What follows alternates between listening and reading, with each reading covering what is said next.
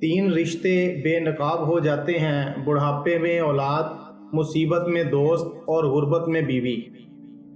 اگر تم چاہتے ہو کہ تم سے دشمنی کی جائے تو مسلسل ملاقاتیں کرو، اور اگر چاہتے ہو کہ محبت میں اضافہ ہو تو ناغہ دے کر ملو۔ غیبت یہ ہے کہ تم اپنے بھائی کا اس چیز کے ساتھ ذکر کرو جو اسے بری لگے۔ جیسی تمہاری نیت ہوگی ویسا ہی تم کو پھل ملے گا۔ جس کو اپنے چھوڑ دیتے ہیں وہ غیروں کے ہاتھ لگ جاتے ہیں۔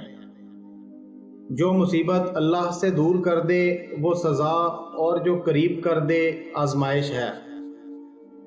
کسی کم ظرف پر احسان کرنے سے پہلے اس کے شر سے بچنے کا بندوبست کر لو۔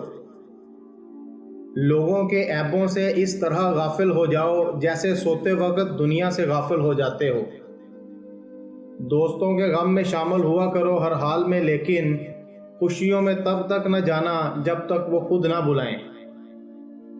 رشوت انصاف کو، توبہ گناہ کو، غیبت اعمال کو، نیکی بدی کو، غصہ عقل کو، اور صدقہ بلا کو کھا جاتے ہیں۔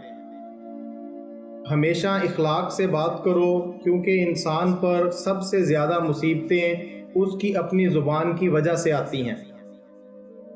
برے انسان کی صحبت سے پرہیز کرو، کیونکہ وہ تلوار کی طرح ہے، دیکھنے میں خوبصورت اور اثر میں خطرناک ہے۔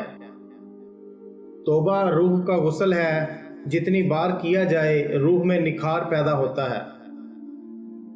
رزق کے پیچھے اپنا ایمان خراب مت کرو، کیونکہ رزق انسان کو ایسے تلاش کرتا ہے جیسے مرنے والے کو موت۔